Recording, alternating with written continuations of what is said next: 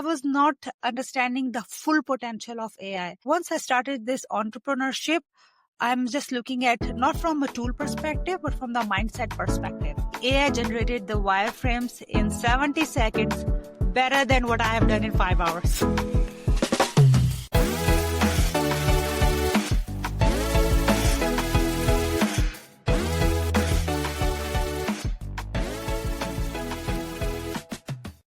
Welcome to the /podcast, where we lean into the future of IT by inviting fellow thought leaders, innovators, and problem solvers to slash through its complexity. I am your host, James Carman, and today we're talking to Sharmeen Aqeel. Welcome to the /. Thank you for having me, James. I'm so excited to be here. Absolutely. Sharmeen is a veteran product designer with more than 13 years of experience and 7 years in design leadership. Her expertise spans human-centered design, service innovation, and rebuilding broken systems through empathy and technology. She is the founder of Lavora, a platform created to modernize the loan origination experience for healthcare clinics. After conducting nearly 100 interviews, including 47 clinics rejected for reasons unrelated to financial health, Sharmeen built Lavora to make financing simpler, clearer, and more human. She is also a passionate early adopter of AI, often describing AI not only as her co-pilot, but as her co-founder. That's great. I love that. I don't think I've ever met anyone named Sharmeen ever in my life. Have you ever met anyone else named Sharmeen? Are you asking someone? I'm asking you. Have you ever met anyone else named Sharmeen? It's a very unique name. You know what? I know only one person as same as my name, and I'm so happy to see that she's the Oscar winner. So, really? Okay. Yeah, apparently Pakistan, they won Oscar, and Sharmeen was the person, and she has exactly the same spell. Exactly like the same spelling and everything. So proud of her. She is making my name so famous. So. But it'll be just you two. They'll be Googling for her and they'll find you, and then they'll find Lavora. Did I say that right? Lavora? Livora? Livora, yeah, that's the Livora, way you say okay. it. Yeah. Okay. All right. Well, it's great to have you here. We've done a prep call, and I really enjoyed speaking to you and learning more about what you have going on. The whole idea of human-centered design, I love hearing more about that. But you mentioned in your bio about those 100 interviews and the 47 cases. What were some of the most surprising or painful rejection stories that you uncovered as part of that process when you were figuring out what you were going to build? You know, I remember one. There are always the breaking moments when you take decision and you say, you know what, let's do it. And there's one story I would love to share here is when I started my journey of understanding what's the problem going on between the finance world and the healthcare when they're seeking for finances. During one of my interviews, I came to know one growing business. She's running a clinic for last 3 years. And finally, at the end of the third year, she wanted to get funding from a bank. Until now, she had been bootstrapped. And the bank rejected because in her P&L statement, she got $1,700 of loss. Without looking at the story behind the loss, which was she started taking her own salary. She hired 2 more workers to help her out. And so on paper, it looks like, yeah, she had a loss, but in reality, it was a growing business. And so this is where I said, why do we still have the same old-fashioned applications, the same document? Why don't we look at the vision? Why don't we look at the history of the person? And so this is where I started working on the project Livora. So just I'm telling you a little bit more about how it works is that Livora, it's a platform where health clinic apply for the funding, and then I connect with the lenders. And in this particular story, on one side where I found the bank rejected the application, on the other side, I found a few lenders who said that we are the one who's believing more on the vision and the person than the credit history. And this is where I started the whole process of how can I find those lenders who are more passionate about the business and the story rather than the P&L statement, revenue statement, etc. That's great. So how did like that design thinking and that kind of empathy focused, human-centered design type of an approach help you uncover what actually mattered to the lenders and the borrowers? How did that help you? Yeah. So, James, I must say here that we product designers, we are the front line of the innovation, because we start our process from empathy, understanding the problem, doing the user interviews. That's why the notion of the designer has been evolved. It used to be user-centered designer, and now it has been evolving toward a product designers, because we are putting the user centered values, design thinking into the product. So eventually we are designing the product. But here what I must say that my profession has been evolved from UX designer to a product designer leadership, and now a stakeholder designer. So what I mean in here is that it's not only the user, it's also my lenders, it's also the people who come to me for my advice, not my clients, not my users, but only for the advice. So this stakeholder approach is, I would say, my training of last 13 years being a designer, helping me to understand it and make it a better solution for them. And so you found, as you were, doing these interviews and learning more about the problem space that where you were trying to help, that there was a lot of extra stuff, right? That people were doing, and the things that weren't important, right? And so you were able to kind of streamline that. Can you talk about, you know, how did Lavora's approach streamline that process for these lenders and borrowers? So when I was understanding those application process.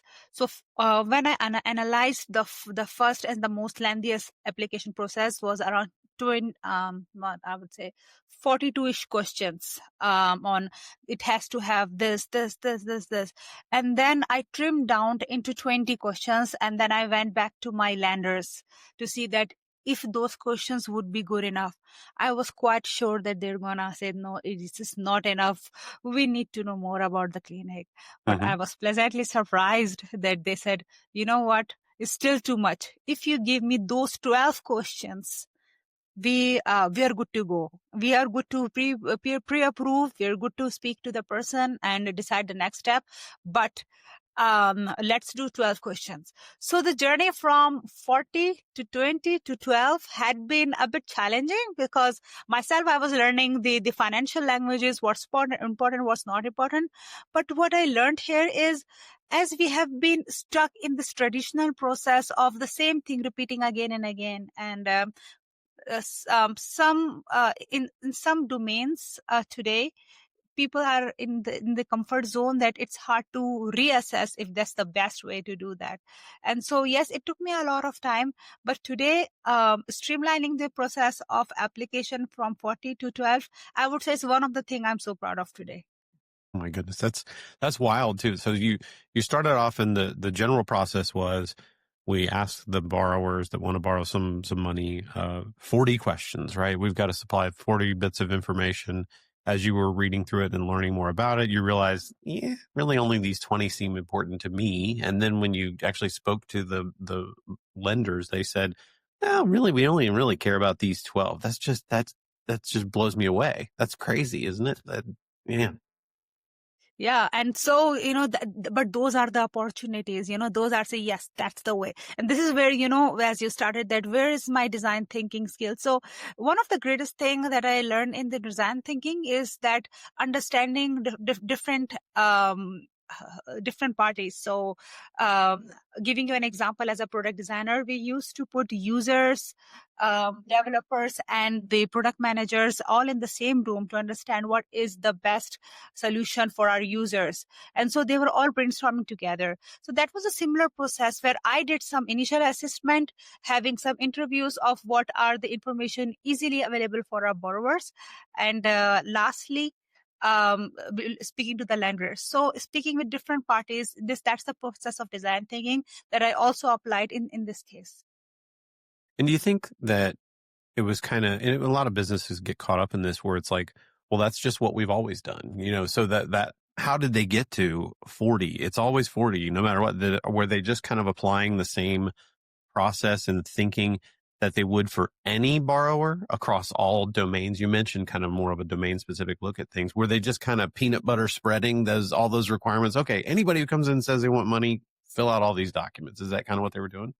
That's so true, because there are very few who are specialized in one vertical.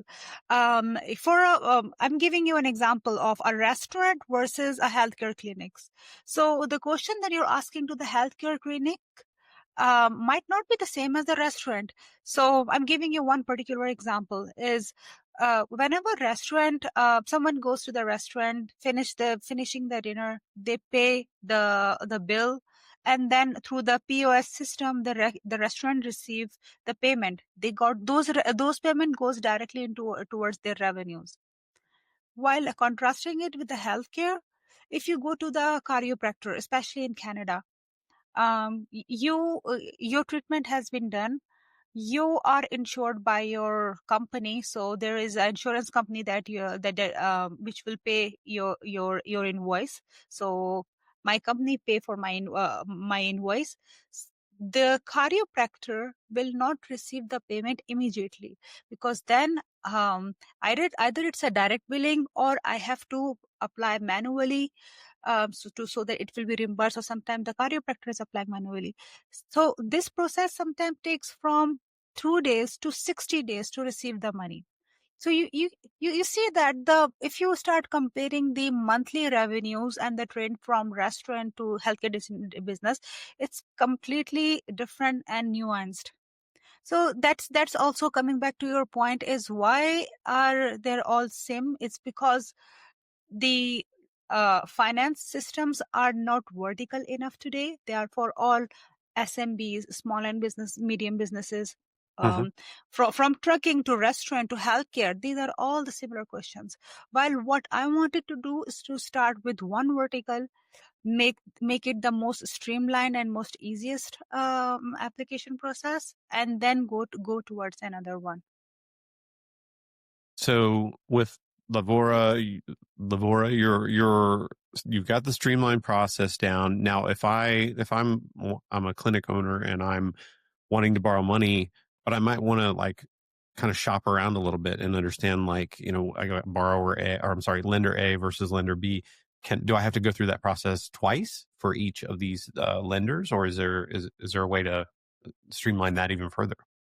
No, this is also something. One of our greatest value proposition is whenever a borrower is applied with one application, we will match them with multiple lenders. So me being again in the product area, I see this gap of development of tech, and especially through the AI. So today AI helped me to develop a platform where I will be able to match instantly the borrower applications with the multiple lenders, and in result the borrower will receive within 48 hours multiple offers of the lenders, and then now the borrower will choose to whom they want to work with. So they today what I see in this area is another interview I want to mention in here is most of the, it's not even actually one interview, but actually many of the interviews I found one common criteria.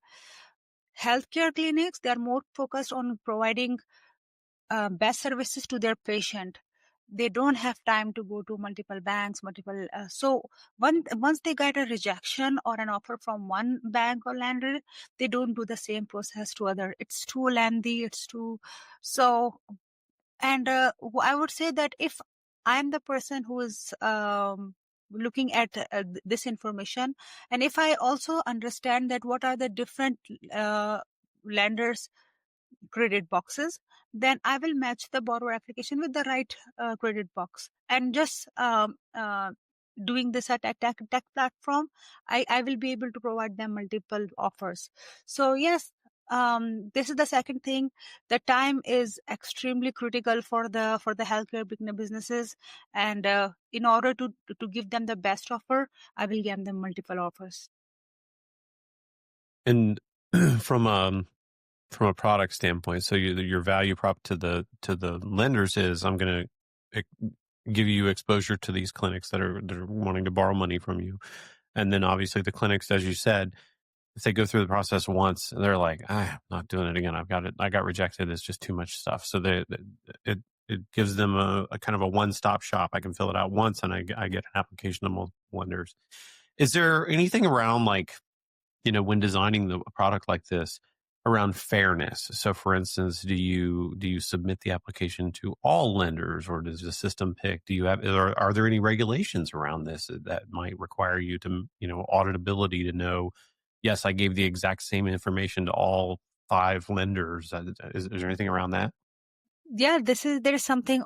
There are so many surprises that, when I started digging in the financial world and the healthcare world, so much transparency problem and selling data. So, when personally I was looking at the other companies who are providing the similar concept. So, it's a funny example. So, just wanted to understand how their application process works. I wanted to give information about my company whatsoever, and at that time Livora was not incorporated. So in order to fill the application, I googled a restaurant in Houston. I took the Hmm. email address and the phone number of that restaurant, and just a fake application. I applied through this information, and when I clicked the button to submit it, I got a message that soon our lenders are going to call you to understand what are you demand. And then I was so upset is because unfortunately this restaurant that I just Googled, and they are going to start having those calls that we never filled up that form. How are we?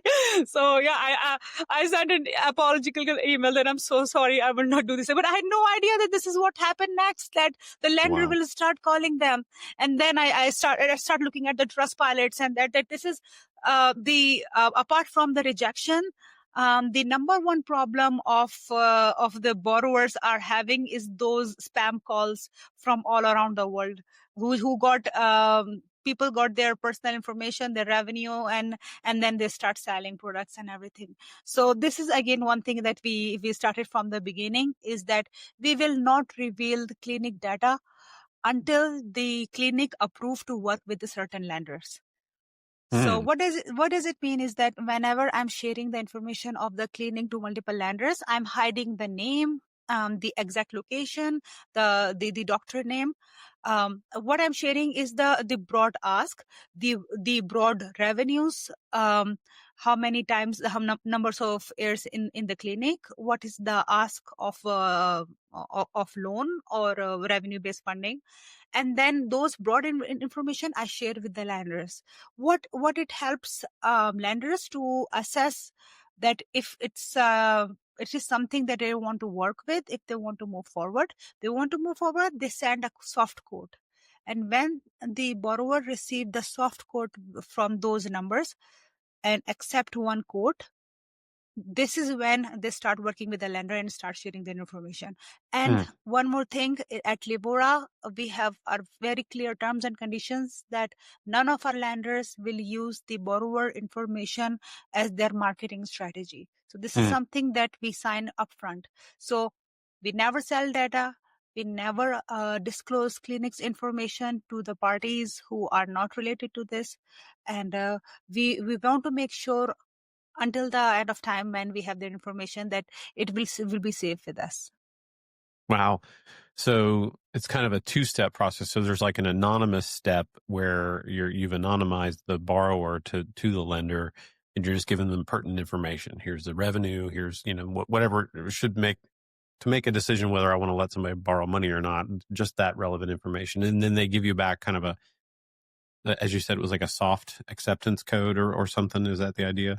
Okay. Exactly. Yeah. Okay. So yeah, soft acceptance, soft offer through the platform, borrower receive. I have 3 offers. I want to work with this guy. The one thing I would say that the lender's information is transparent to the borrower. So while Hmm. I'm hiding the borrower information, I'm making it crystal clear that which lender they are interested in. So they see what it helps to borrower is to do a little bit of Google search or Chat GPT if that they really want to work with this lender and the so yeah, so being transparent from the lender sides also give them better area to take a decision, because what I found is without knowing your lender and their reputation, it's also risky. So yes, I work with all the legitimate lenders, but also I disclose all the information about the lender and give the full authority to the borrower that it's up to you. You want to work with this or not. Wow. And I can imagine if you're, that kind of anonymized phase of the exchange, that kind of could also help eliminate any sort of biases that might creep up in the lending process. People's names might turn someone off or whatever. That's cool. Did you get any pushback from the lenders on that idea? Um, yes, of course. I figured. I mean, that was a softball question. Of course I did, duh. Of course I did. Mhm. Yeah, so if I am looking at from the lender's perspective, you see that today lenders have a lot of traffic from the broker side. Brokers, they send X number of applications. Most of them are not qualified, and we are just wasting of time of lenders, their employees, and then assessing. So yes, I had a pushback from lenders because they don't want a similar experience with Livora. So on that side, what I had to convince them is that each and every clinic is pre-screened. And this is what we guarantee, that whatever information you are receiving from our platform, they are the real running clinic.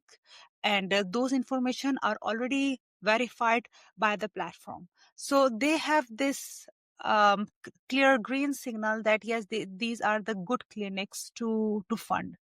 So Nice. yes, I had the pushback from them because of their experiences with the other brokers. But on the other hand, all they want to do is to help the other clinic. They want to grow. They want the clinic to grow, and then they say it's a win-win condition. We are not releasing funding. We are just giving a soft code. So once they give a soft code and they started working together, it sometimes happens that it doesn't work out. So I said, okay, it doesn't work out with this lender. That's fine. Let's see the other one, what they say.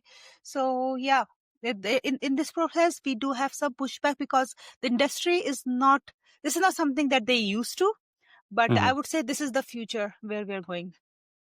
So you do a pre-screening step, which I love that idea. So this means like people couldn't just like, I don't know, like look up a restaurant in Dallas, Texas or something and give them their information. I don't know. Yeah, so I'm so sorry for the restaurant who I'm just, started receiving. I'm just kidding. That's funny. All right. So, okay. Some people might be thinking, okay, you're developing a product and, um, you're wanting to go to market with this. Healthcare seems like this is a big, like that's a big mountain to climb, right? Healthcare, there's a lot of regulations and a lot of, people are very particular about when it comes to healthcare. Why did you choose healthcare first? Why did you pick that one? So my first few experiences was with the healthcare. So my massagist, my dentist, and so this is where I started. And then there were three factors I would say to choosing that. Yes, this is the healthcare that I want to work on. The number one is that. It's healthcare clinics, but in reality, it's a service that provides all the human to be on the better health. So this is one human factor. I know that in 20 years, maybe I will need a regular checkup of everything. So if we grow this part regular in 20 years, I will be the number one beneficiary. So yeah. So and we are living in a world where we are living longer than before, and so Hmm. healthcare is going to be a critical part for in our life. This is the number one question, reason that I started. Second is I was always debating between restaurant and healthcare businesses, that why restaurant is also the second best thing that I would love to work with. Because my father, he runs a restaurant, and I know that he also had problems in that case. But the reason why I did is the lender's perspective. Healthcare clinics, most of the time they have very good margins, but because of their insurance cycle and revenue cycle, it becomes complicated for them to understand what's going on. And even though they're having a growth period, they're unable to assess. So I would say that It's going to be more difficult, but I would say if I'll be able to solve this problem, the restaurant would be easier. So starting with the healthcare, maybe my next is going to be the restaurant. And the third most reason is related to the first one is 65% of the healthcare clinics are privatized.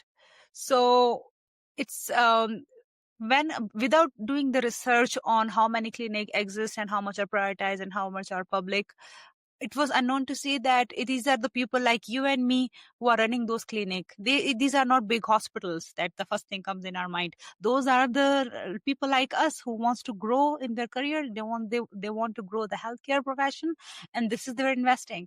So I would say that the third thing is the looking at those numbers, that how many percentage of the clinics exist in private and how much of them had been neglected. So summarizing the 3 points is the population which might need more and more healthcare. It's a growing sector. Second is it's a particular sector because of the revenue cycle, and third is the private sectors exist in this area where it seems to be a more public domain, but it's more and more private than public, and so helping the sector. Well, I sure hope people wouldn't be coming to me for dental help. That's for sure. I've been doing cloud computing so long. I would be like, those teeth don't look great. Let's throw them away. Get you all new teeth every single time. That's what we would do. Yeah. But that makes sense though. You're starting with the complex problem. So you're kind of ironing out all the wrinkles and all of the hard stuff, whereas other domains might be a little easier. But the plan for Lavora is to expand and support other verticals along the way as you go, right? Absolutely. So what I've seen is that in the small and medium businesses, while they have different nuances of the revenue cycle, most of the time the business has the similar kind of documents they need to provide, like um, profit and loss statements, revenue statement, growth, etc. So there are similarities. So while what I see outside of what I am doing, what the other banks and platform are doing, they're starting with the small and medium businesses. And as there are similarities, they have this general application. While I'm doing it in the other way around, mastering in the one vertical, understanding how healthcare works, building the trust in this area, and then going towards slowly to the other area. So my ambition in next 10 years, maybe I will be the small and medium businesses, but I will be going only when I will be mastering one domain at a time. Okay. I like that. Okay. So in your bio, you mentioned the idea of AI is not just a co-pilot for you. It's almost like your co-founder. Tell me about your experience with using AI to kind of to create a whole new company from scratch. How has that worked for you? Has it been, obviously it's been beneficial, but tell us about your experience there. So the AI, I would say that when I was an employee of a company, I would say I had access to ChatGPT, little bit of other AI, but I was not understanding the full potential of AI. Once I started this entrepreneurship, I'm just looking at not from a tool perspective, but from the mindset perspective, is which area it can help me. So I'm giving one example. Being a product designer, whenever we understand the user problem, we try to translate it into a solution through wireframes. Hmm. And I understood the problem. I wrote it down, a workflow, and then I started generating the wireframes. It took me 4 to 5 hours to create the wireframes for the application process. And at that point, I say there must be a better way.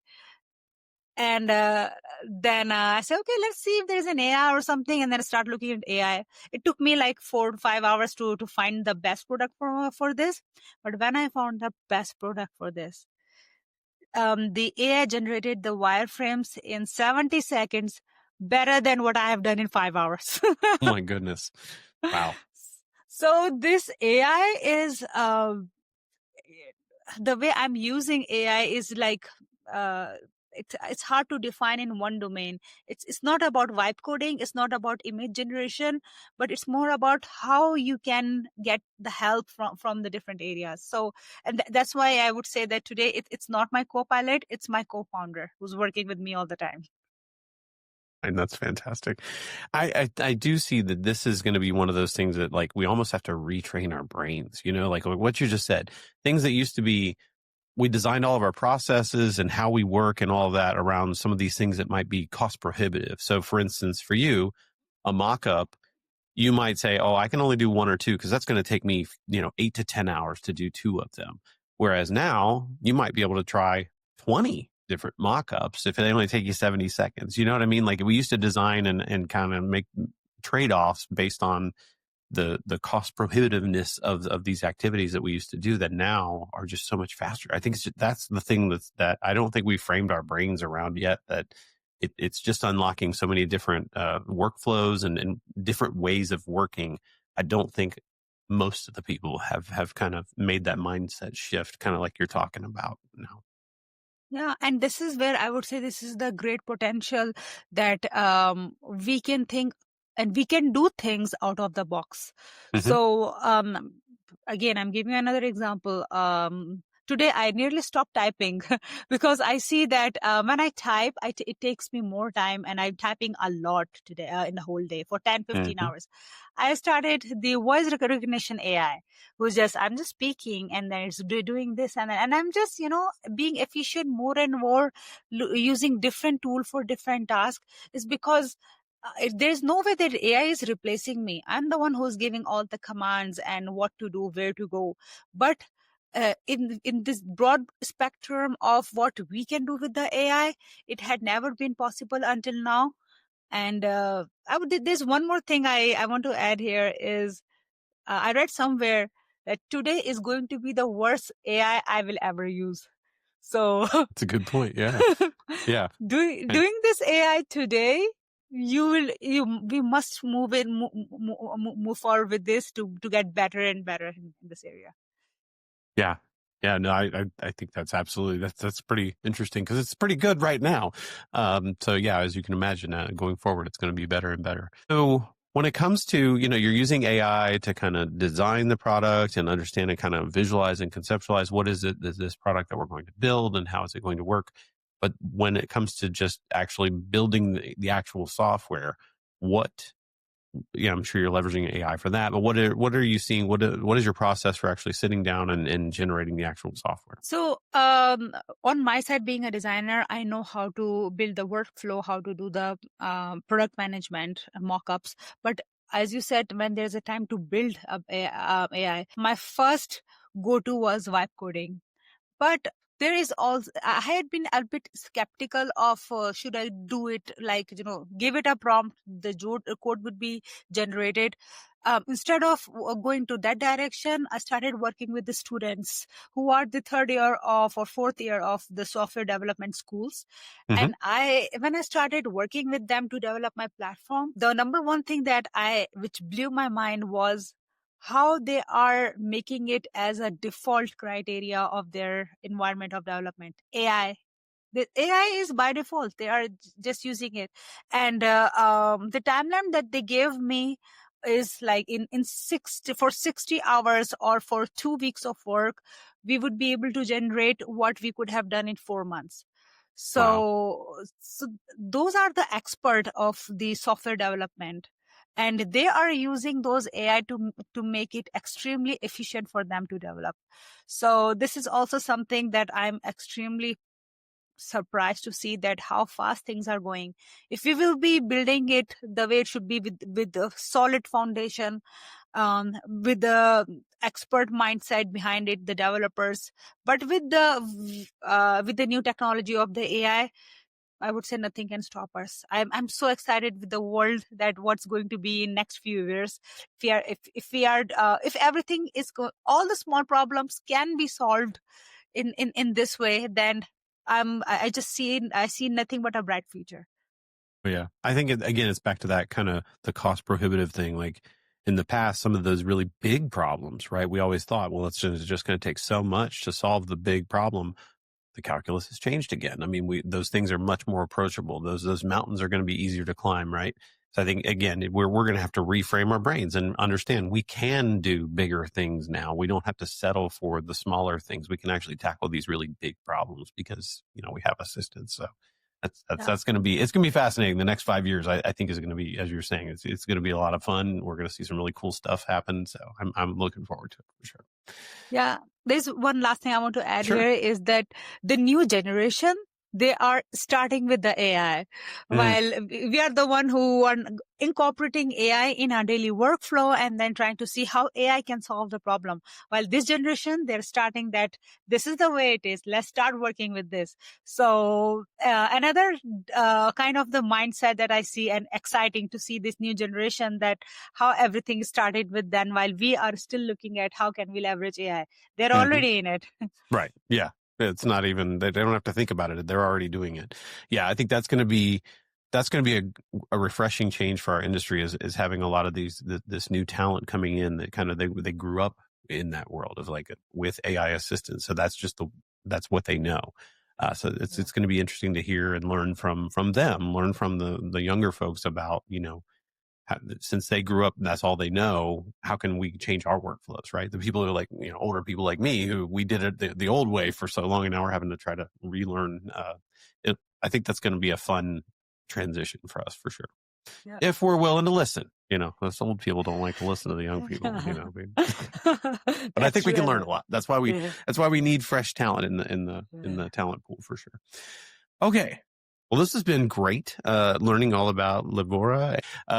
Next segment in our show is what we call Ship It or Skip It. Ship or skip, everybody we gotta tell us if you ship or skip.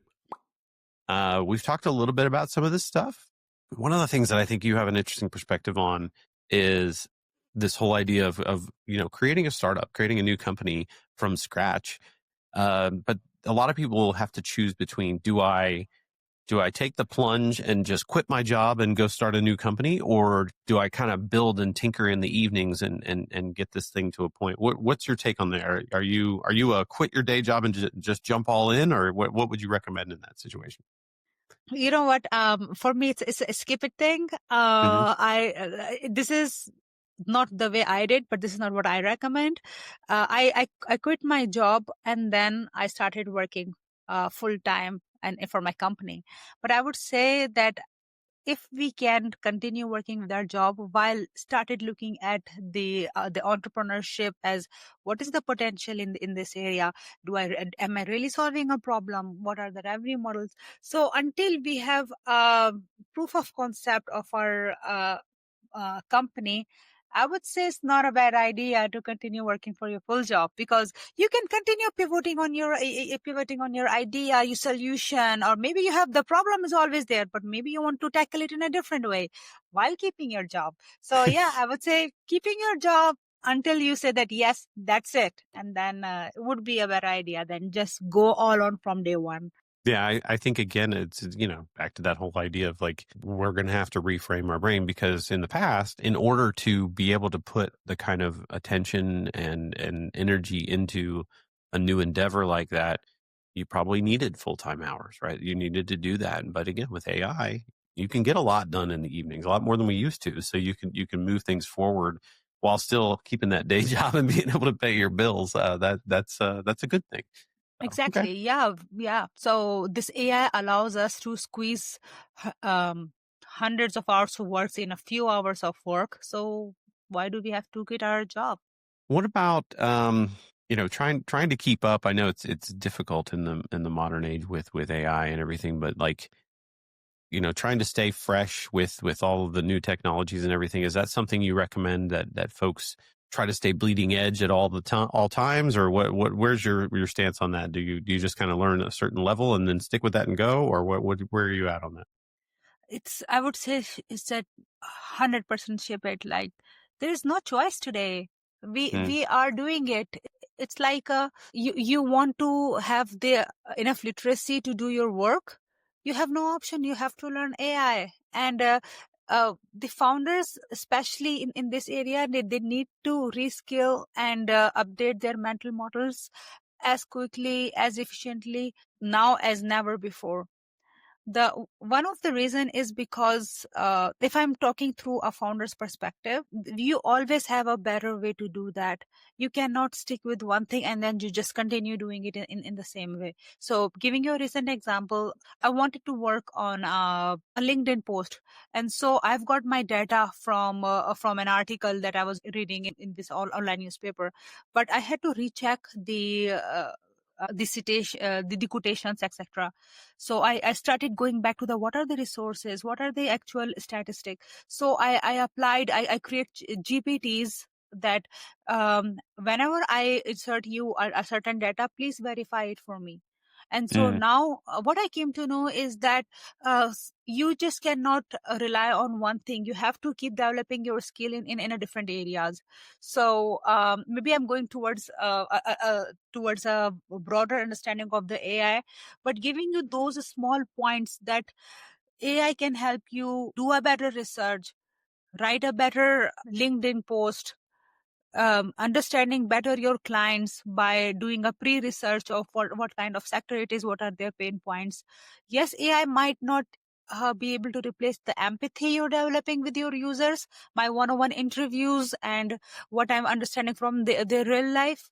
But everything else, if you're not leveraging AI, you are missing something. No, I agree. I think you have to kind of stay current. It definitely can be the advice I give people, especially around AI, is don't get caught up in too much of the hype as you go. Kind of pick a topic, pick a tool, pick something, and learn about it, kind of deeply, and stick with that. Because if you're reading all the headlines and all the different things, like, oh my goodness, I need to go pay attention to that, and you can't really get a deep level of knowledge about anything, because you're going to get this like buyer's remorse almost, right? Because there's just so much going on, so much change in the industry right now. And so I've told people, you kind of have to like look around, pick a topic. I want to learn more about that, and then kind of spend a couple weeks and stick with it. Because if you're looking on X or Twitter or reading any sort of newsletters or anything, there's always going to be some new thing, new technology.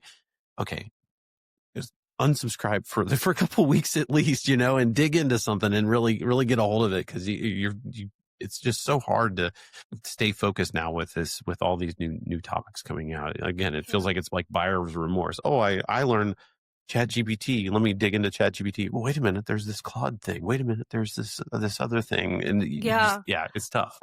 I completely agree. In here, there's so much distraction of AI going on.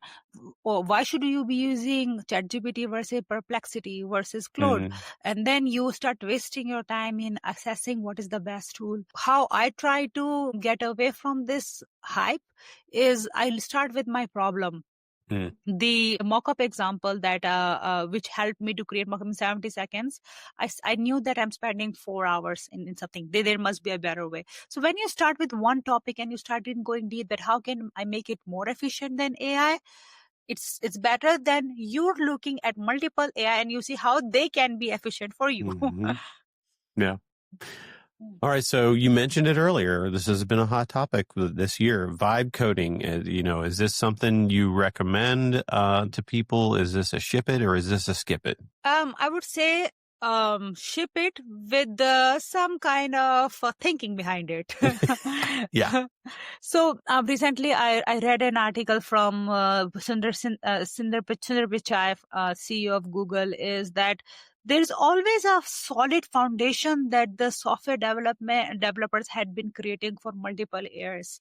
And the vibe coding, while it's giving you an attractive AI, a good working prototype, or a good proof of concept that how far you can go, it's still hard to believe that you can create a solid foundation of a product which might be able to solve billion people problems. Mm, So those technical foundation, can it be solved through vibe coding? I'm not sure. But what I'm sure is that if you have a concept, you can certainly use the vibe coding, create a mock-up or a working prototype, go test in the market how much potential it is, and then go back and do working. So yes, vibe coding, but you cannot replicate a software engineer with the vibe coding today. yeah. I think my experience has been, and I've done a little bit of research in this area for personal, just anecdotal, I guess, but like if I'm using generative AI to develop solutions using the technologies that I'm not as familiar with, I definitely think that the product doesn't move forward as well. It usually doesn't end up being as good of an outcome or an output than as if it's a technology stack, for instance, that I know very, very well. Like if I'm with Java and Spring Boot, it's going to be rock solid. It's going to be a great product as I'm developing it. But if I'm using something, if I was going to do a product in Go, for instance, it probably wouldn't end up as well. And I did do this with iOS. I put together a iPad app at one point, and I've never written any Swift code in my life, but it was definitely it was a longer road to go, right? That it took me a lot longer to get there. And the product's okay, but I think if I was writing something that was a little more familiar to me, I think the product would get a little more polished, I think. So that leads me to believe that, yes, I think there's some level of expertise that needs to be involved. As you said, maybe you can write the little toy apps, sure, but you're not solving the billion person problems with vibe coding. So I'm with you on that. Mm-hmm. But I think it's helpful for learning. It did help me out learn about iOS for sure. Yeah. For even I used vibe coding to create a page on my website. So giving you one example that one clinic I was speaking to, and I wanted them to understand how the financing would work if they enter their revenues, the pharmacy acquisition, for example, details. So with the vibe coding, I was able to create a calculator, and then they can enter and then they can see if they can go. So yeah, it helped me to create a calculator adapted to their problem quickly. But when it comes to, okay, now I have to use this calculator for the underwriting process, I had to go back to my software developer that, hey, you know what? I have this concept, and how can I make it, using Python or JavaScript? It would be integrated in the platform, and then there will be an easy access to the lender. So yeah, all those things, and also the security. I cannot make it a secured website or something just with the vibe code. So many things you can do and you cannot do, I believe, in today with vibe coding.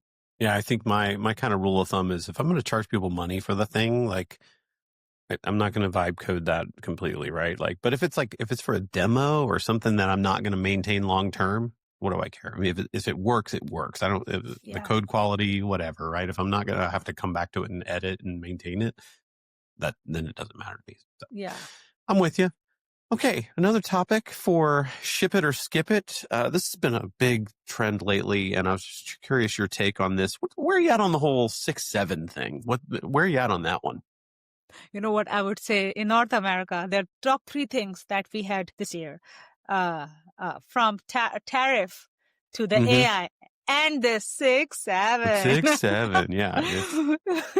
So are you a ship it? Are you cool with the 6-7 thing? Or are you like, we're done with this, let's ship it? Skip it, let's be done with it. I don't want to go forward in 2026 with the 6-7.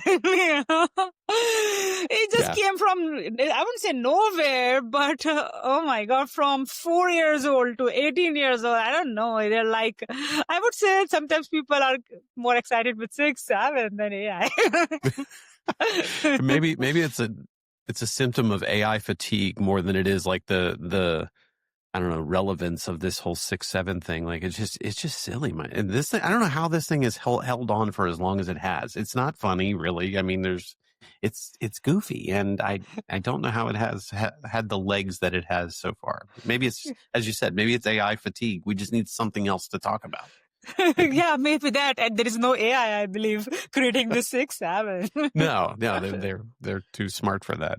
Maybe that's just us silly people, silly human beings. Okay, all right. That's it for the ship it or skip it. The next section of the show, if you're familiar with the show, is what we call the lightning round.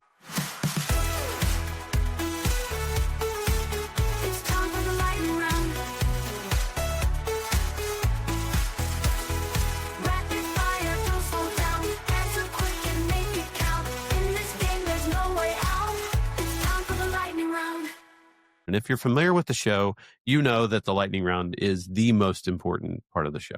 This is where, we've had all the silly conversation, the warm up. This is the real meat of the show that everybody tunes in for. So, we're going to ask you some questions and you're going to provide answers. And there are correct answers and there are not correct answers. We have a scoring algorithm that we use. It's a proprietary scoring algorithm. It takes a few weeks to get the results back, but we'll share them with you. So if you're curious how you did, we'll let you know. But I don't know how it works, but it's some sort of, it's probably artificial intelligence or something fancy like that. I don't know. We have a whole crew for that here at the /. But I just want to make sure we, tell you about how important this is so that you can prepare yourself. Do you feel that you're mentally prepared for the lightning round, Sharmeen? I'm excited. Okay. Let's do it. Okay. That's good. All right. Are you a person who would rather receive a text or a phone call from someone? Are you a texting or a talking kind of person? Text. Text? I'm more of a text person, yes. I started off like that. I started off with like talking because I'm, older guy. And I would say, my kids are like, well, I text you. No, don't text me. Just call me. But now I don't want to talk to people anymore. I'm like, just text me. But yeah, I'm more of a text guy myself these days. Why would I say text is that I use a lot of WhatsApp, and when I get calls or long audio message, I said, you know what, just text me. Mm-hmm. Well, it's easier to remember too, right? So if you call me and say, hey, go do this thing, well, now I have to commit that to memory. But if I have a text, it's written down and I can refer back to it, and that helps as well. I think that's for busy lives like we have. Okay, what is your favorite junk food? Okay, my junk food. The best fried chicken in the world is the best food. Okay. Fried chicken. That's a good answer. And I live in Kentucky, in Ohio, in the United States. So Kentucky fried chicken is the best in the world. I mean, I'm just saying. Oh my God. I haven't been to do you refer the KFC or the Kentucky chicken? Well, now everybody calls it just KFC, I think, but it was Kentucky Fried Chicken. That's where it comes from. So, but I do live in Kentucky, so we're very serious about our fried chicken here. Okay. All right. What was your favorite childhood television show? Well, it was not my generation, but I loved it. It was I Dream of Jeannie. That was a great show. That was a great show. Yeah. Oh, you know what? I was recently looking at the episodes, and I'm looking at the animation, and oh my God, we have been a long way. It's the Hollywood, everything that now today we are doing compared to 50, 60, 70 years before. It's so amazing how technology can be advanced, but still, I have great memories of this show. I like that show, and there was one. What was it? My Favorite Martian. That was one of those old school shows that it came on that I liked. I like that one. That was fun. All right. Are you a Circus Peanuts type of person when it comes to candy, or are you a Sour Patch Kids? Oh, I'm a circus. I'm candy guy girl. No, I'm just, when I was a kid, I say, why my mother does not give me a plate of Snickers and chocolates? Why do we have to eat a normal dinner? When I'll grow up, I'll give a whole big plate of chocolates and candies. So is that what you eat primarily now, is just mainly chocolates? Did that dream come true? Well, you know what? When you grow up, it never came true. But I know, it just seems like it. Yeah. Yeah, and I'm stricter than my mom in terms of candies. But yeah, it's still my dream. If there's a heaven, I will go to this. The Charlie and Chocolate Factory. That would be my heaven. Yeah. Okay. Let's see. Do you like the smell of gasoline? I do actually. I do too. That's a thing. I guess that's a thing. Some people do. I do too. It's subtle. It's good. You like nice. I don't know why I like it, but I do. I like it too. I don't think I would wear it as a cologne or anything, but I do. I did like the smell of gasoline. Going to the gas station with gasoline smell and going there without, I would say going with the smell. Yeah, absolutely. Yeah.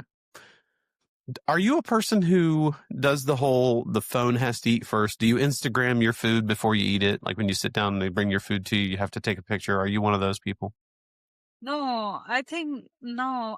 Sometimes I feel like I'm quite outdated because so many people, the first thing they do is taking a photo, and I'm just so excited to eat what's in my front and not thinking about I think, by the way, afterwards, that, oh, that was so good. I should have shared it with my friend what I ate, but it's too late now. It doesn't seem anything like so. No, I'm not that kind of person.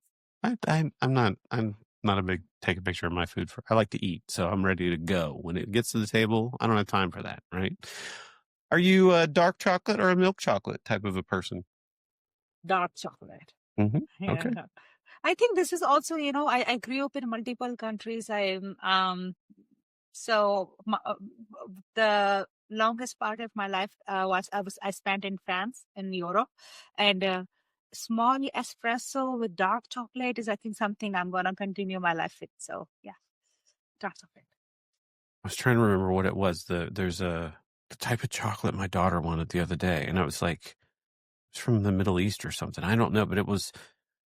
She's like, "Oh, I want this chocolate." I'm like, "Okay, I'll pick it up when I see it at the store." It was like $15 for a bar of chocolate. I don't remember what it was called, but I'll have to. I don't know. But it was crazy. I'm like, $15 for chocolate? I haven't tried it yet, but I'm definitely going to get a bite of this. If I'm going to spend $15 on it, I'm definitely going to get a bite of this. Yeah, you should. It might be different from Hershey's, but let's see how it should be different from Hershey's. Hershey's, sorry. How do you pronounce it? Is it Dubai? Was it Dubai? Is that right? Dubai maybe chocolate? something. It's a new trend, I think, Dubai chocolate. It is. It's Dubai. That's what it was, and it came from like Lindt. They have the Dubai chocolate. I don't know why that's so good, but I mean, hey, the people in Dubai, they got a lot of money, so maybe they can afford really fancy, good chocolate. I don't know. The funny trend in this chocolate is that I grew up in Middle East as well, and during my childhood in Dubai and Saudi Arabia, try to bring American products, and the way Americans live their life was their norm, that this is how they were doing. So everything was inspired with this North America. And now I think after so many, the trend is shifting. Now they're bringing their, the chocolate which had been European or American in Chile, now they rebranded with Dubai, and now they're exporting the concept to North America. So yeah, it's a funny cycle you see here. We're flipping back and forth. Yeah. All right. Would you ever go to a movie alone? Yes, I would. I saw Wonder Woman all by myself because nobody was there, and I was so happy because I came out like, yes, that's the movie I think I should have been seen all around. And yeah, I can go if I really want to go all by myself. Now, this wasn't the Wonder Woman 84 thing, was it? I did not. Not 84. Oh, no, that was just so bad.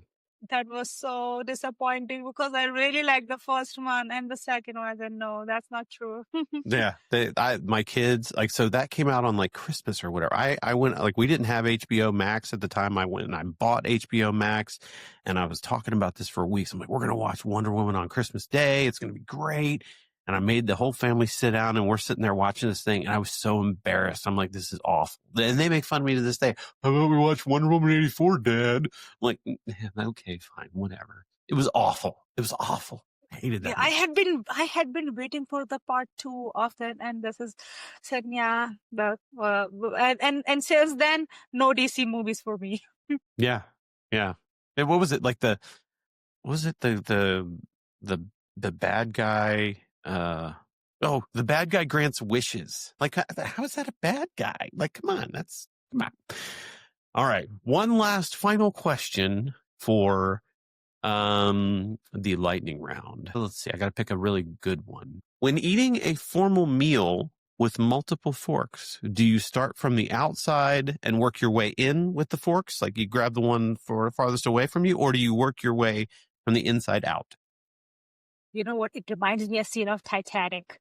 I think this is where I learned how it should be. So I saw Leonardo DiCaprio when he was criticized. He knew he does not know what to do.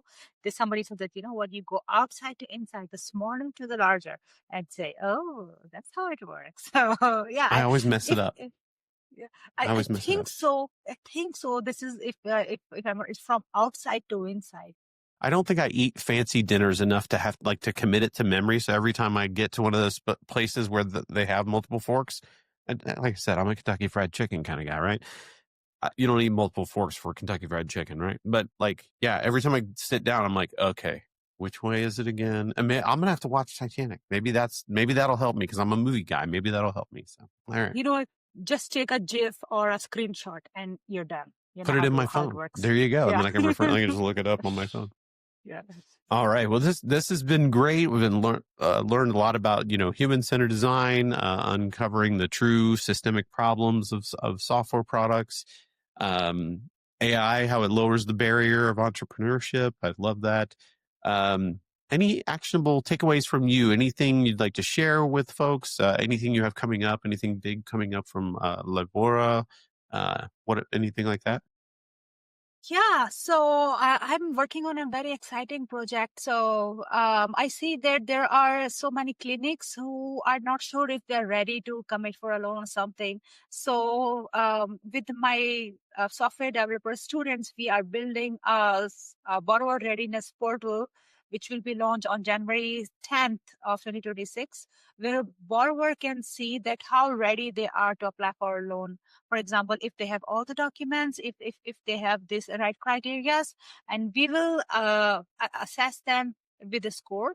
And if the score is low, we will also give them all the templates that how can they use those templates to create their P&L document, or if they want to improve their revenues, what are the 5 key things for MedSpa which works. So I'm using all my design thinking and work design expertise with the understanding I had so far working with the lenders and the clinics to create this portal. And I believe that once it's going to be built, it will help all the clinic to see where they want to grow, and if they want to apply for additional finances, what are the things they need to have with this. So this is one thing that I'm extremely excited, and looking forward to launch it on January 10th. January 10th. All right, great. And that's Lyvora is LYYVORA.com, correct? Yes, Okay. correct. LYYVORA.com. So if you want to check it out and learn more about that, that's January 10th, though. You're not going to be able to see it until January 10th. Well, this has been great. Thank you again so much for joining us here on the /. I really appreciated the conversation. Really enjoyed it. Thank you so much, James. It was a huge pleasure speaking with you. And let's stay in touch. Absolutely, for sure. If you'd like to get in touch with us here at the /, drop us a line at the /@caliberty.com. See you next time. The / podcast is created by Caliberty. The / team is director and producer Ryan Wilson, editing by Steve Baradelli, marketing support by Taylor Blessing, and I'm your host, James Carman. Thanks for listening.